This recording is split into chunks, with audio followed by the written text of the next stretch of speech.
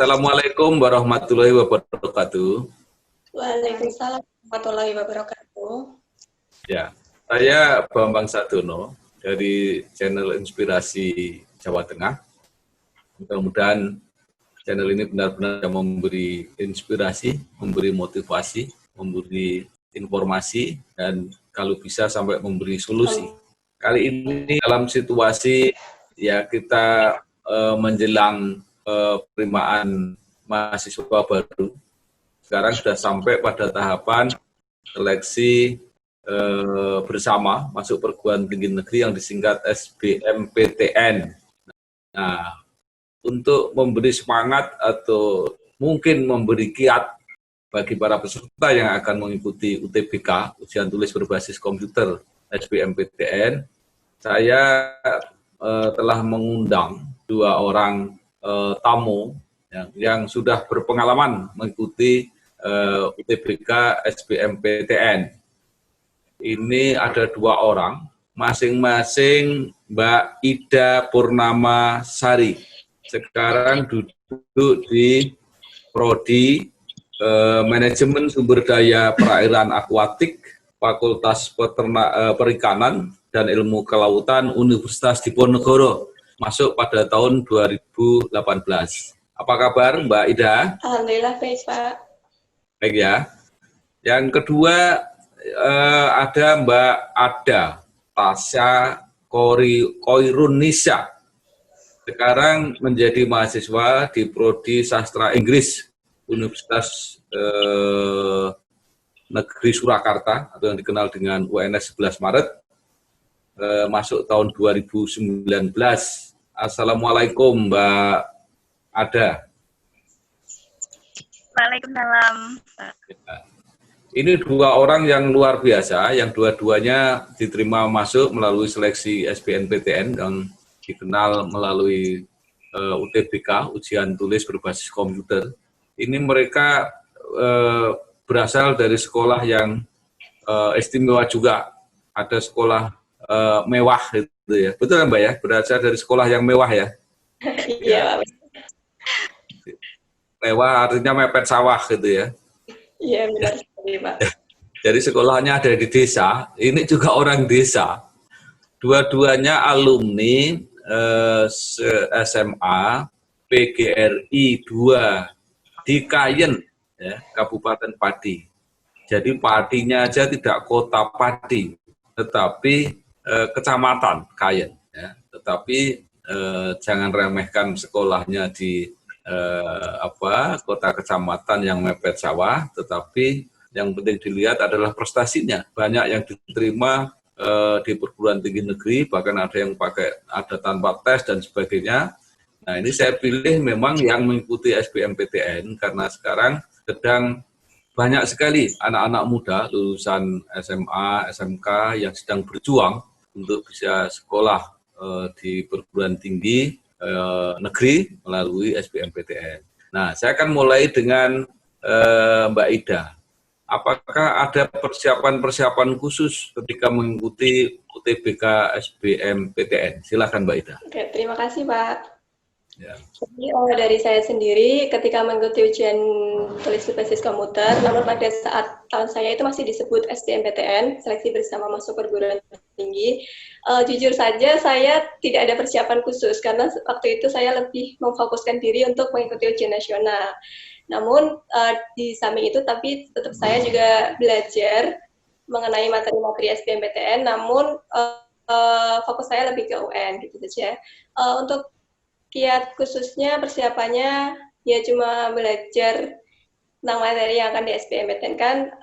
Untuk kiat khususnya sih lebih ke usaha sama doa, lebih banyak-banyak berdoa, terus kalau bisa juga lebih banyak-banyak mendalami materi karena biasanya soal-soal di SBMPTN atau UTBK itu lebih sulit daripada soal ujian nasional. Jadi untuk misalnya adik-adik yang akan mengikuti SBMPTN itu jangan lupa belajar tentang SBMPTN jika memang benar-benar niat untuk masuk ke perguruan tinggi.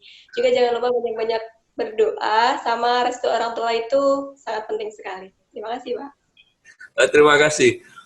Jadi memang yang jadi persoalan itu kan persaingannya yang luar biasa. Jadi mungkin ada yang kurang dari 10% yang diterima itu. Jadi ya kalau akhirnya bertumpu pada doa ya masuk akal juga ya. Ya. Tapi kan nggak mungkin hanya doa aja nggak belajar ya nggak mungkin. Nah, saya pengen tahu pengalaman Mbak Ada Tasya gimana? Uh, ya, kalau saya itu kebetulan lintas jurusan. Kemarin masih dibolehkan lintas jurusan, jadi saya SMA-nya itu IPA, Pak. Terus saya ikut SBM-nya ambil yang soshum. Ya, jadi persiapannya lumayan cukup sulit karena lintas jurusan. Jadi saya mulai belajar itu jauh sebelum-sebelumnya. Tapi pas fokusnya lagi itu Maret, sekitar Februari-Maret saya mulai mendalami materi, soalnya harus belajar yang seperti geografi, pokoknya materi-materi soshum seperti itu. Terus kalau untuk kiat-kiat khusus, saya lebih banyak belajar dengan meringkas materi. Jadi saya buat ringkasan materi dari persubab begitu. Terus ikut try out online.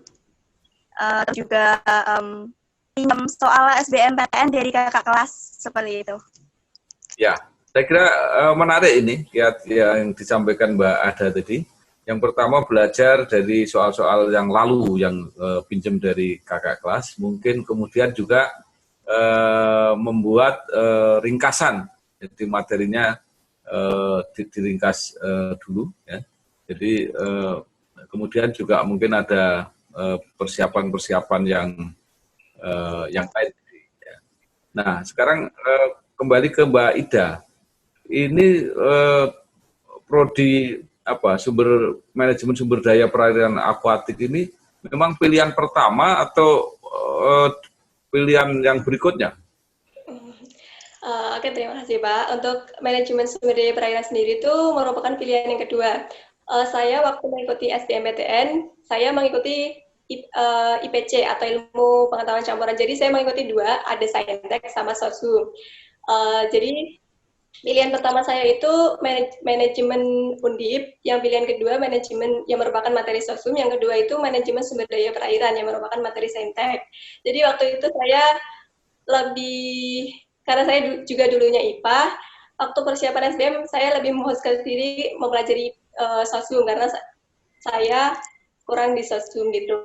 Tapi itu merupakan pilihan yang kedua. Jadi salah satu kiat untuk mengikuti SBMPTN itu lebih diutamakan, misal kamu dari IPA, itu lebih baik fokusnya ke Saintek, karena peluang masuk untuk yang non-linjur itu lebih besar daripada yang linjur, seperti itu. Karena ketika SBMPTN, materi Saintek akan lebih sesuai dengan apa yang kamu pelajari di SMA gitu.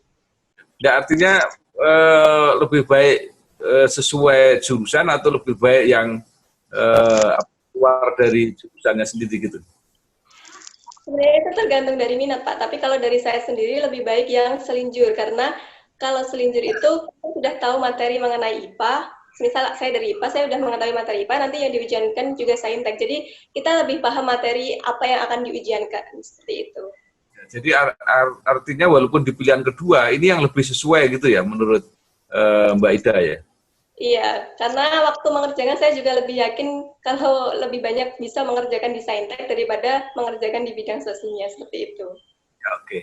Nah, sekarang Mbak Ada, ini sastra Inggris ini kan tadi lintas ya. Jadi ini juga mungkin bukan pilihan pertama Mbak Ada ya? Bukan. Kebetulan pilihan pertama saya itu hubungan internasional sama Soshum juga. Ya. Tapi memang pengennya di Solo ya, di UNS atau hubungan internasional di tempat lain? Di UN semua Pak, jadi saya pilihnya hubungan internasional UNS sama sastra Inggris UNS. Kenapa pertimbangannya milih Solo? Nggak tahu ya. Universitas 11 Maret menurut saya cukup bagus. Dia negeri, terus grade-nya juga di 10 besar waktu itu. Dan Solo tempat yang strategis, tidak terlalu kota tapi tetap modern gitu. artinya sekarang apapun tadinya pilihannya sudah Mbak Ida sudah mantap di program sekarang ya, nggak ada minat untuk pindah-pindah lagi gitu ya?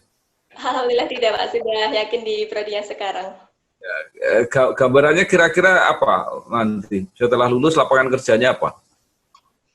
Kalau dari manajemen sumber daya perairan sendiri, karena kami itu belajar mengenai cara memanajemen kualitas air, belajar mengelola. Jadi meskipun kami belajar manajemen sumber daya perairan, kami tidak hanya belajar mengenai bagaimana mengelola kualitas air, kita juga ada belajar mengenai budidaya, belajar mengenai dasar-dasar teknologi pengolahan sumber daya ikan. Jadi untuk manajemen sumber daya perairan sendiri, ketika kita lulus nanti, lapangan kerjanya juga bisa luas, bisa kita nanti ke PT-PT masuk ke bagian yang IPAL itu juga bisa, terus kita ke dinas perikanan dan kelautan juga bisa, terus di pelabuhan-pelabuhan juga bisa, terus sangat banyak Pak untuk peluang kerjanya juga.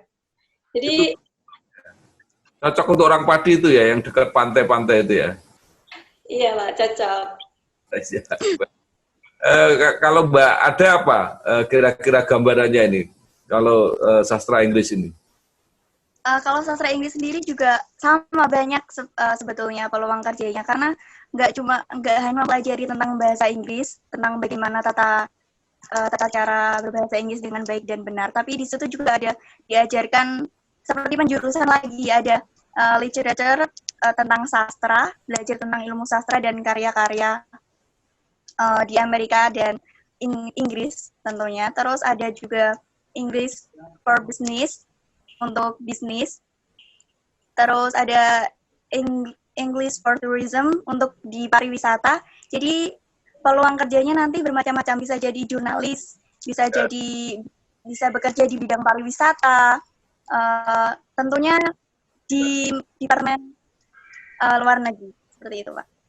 Ya, yang pariwisata itu yang bagus. Tapi yang jelas bukan pendidikan ya, bukan mau jadi guru ya, bukan ya. Itu ada lagi pendidikan bahasa Inggris, jadi beda.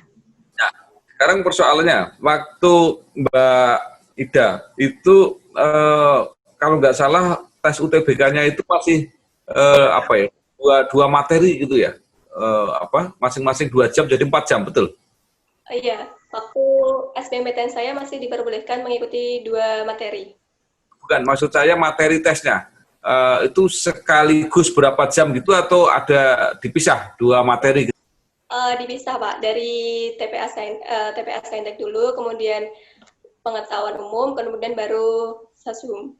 Ya, jadi selama 1 hari itu berapa sesi? 3 kali.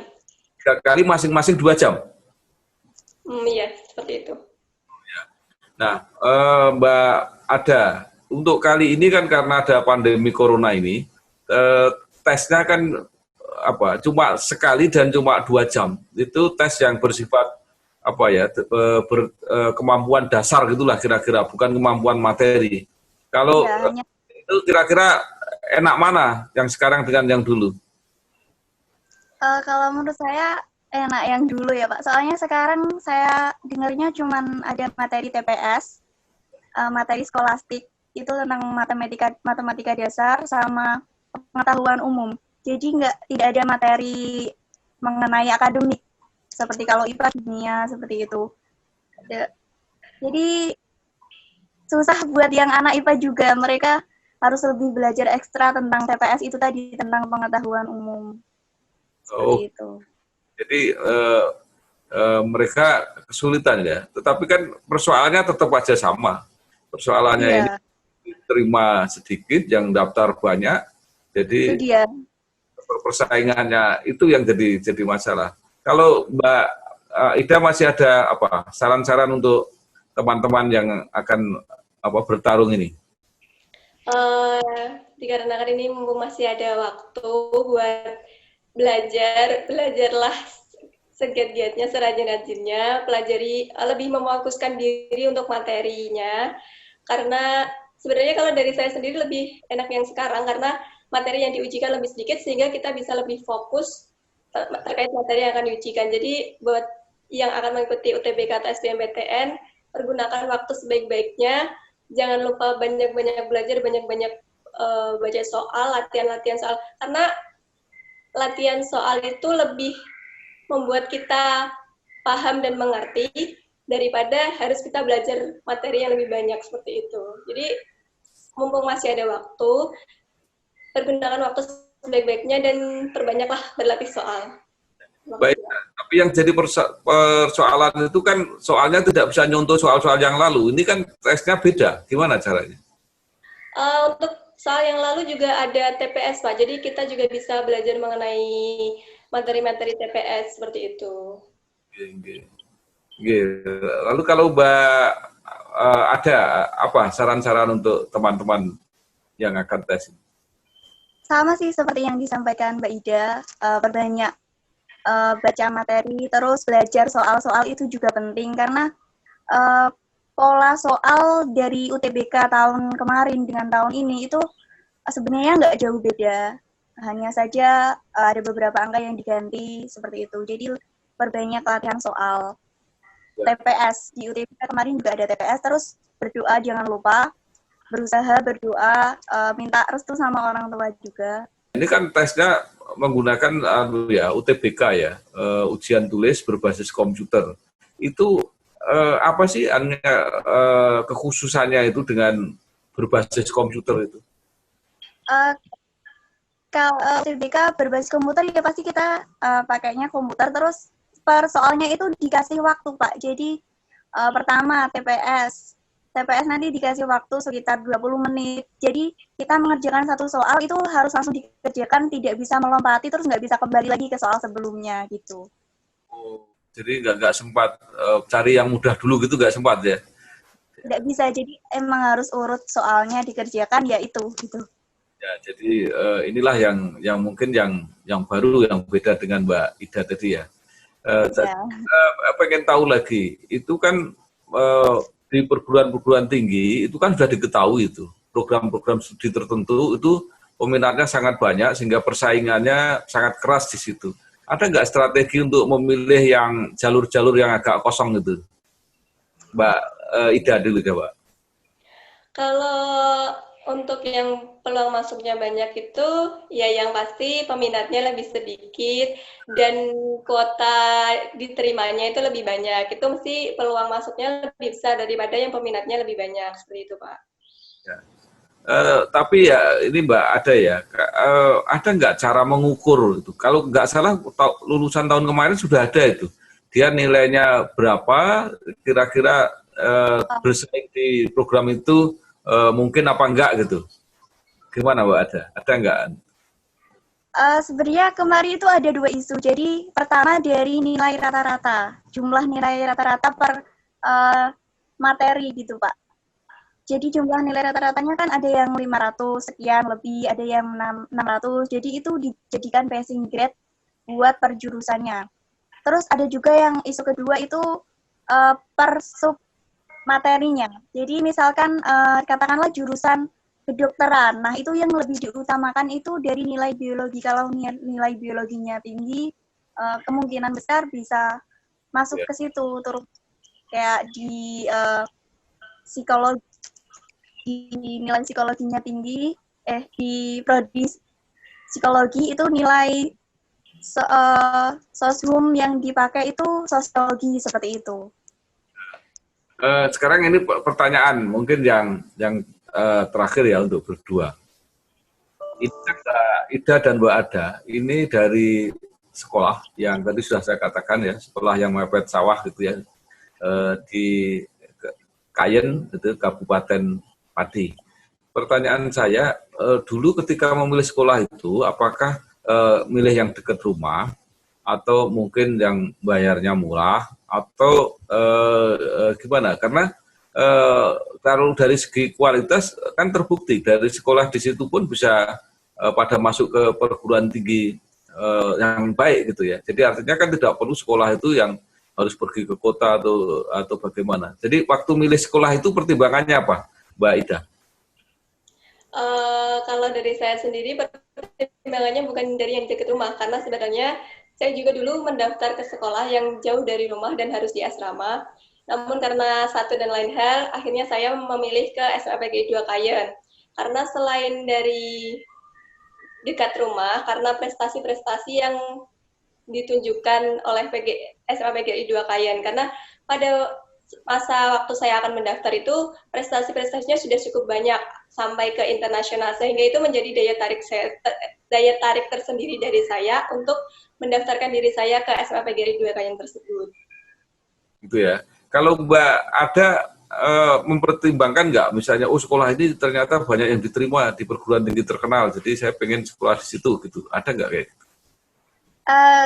Justru dulu kenapa saya tertarik di situ, kan ada sosialisasi dari SMA PGRI 2 Kayen. Terus saya melihat prestasinya itu benar apa yang dikatakan Mbak Ida tadi, sudah banyak, sudah ada yang internasional, bahkan sudah ada yang go internasional. Jadi saya berpikir kayak, oh saya pengen seperti itu. Jadi itu kenapa saya masuk di SMA PGRI 2 Kayen.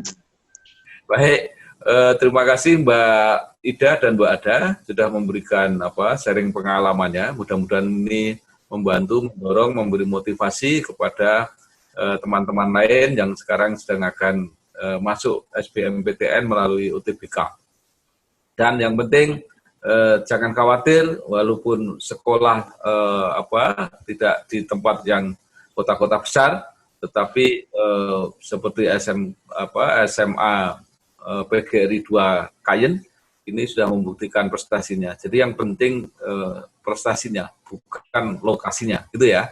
Yeah. Baik, selamat belajar. Mudah-mudahan tercapai apa yang dicita-citakan seperti tadi dan tetap memberi motivasi kepada teman-teman yang lebih muda. Terima kasih. Tetaplah di channel Inspirasi Jawa Tengah. Terima kasih sekali lagi. Wassalamualaikum warahmatullahi wabarakatuh.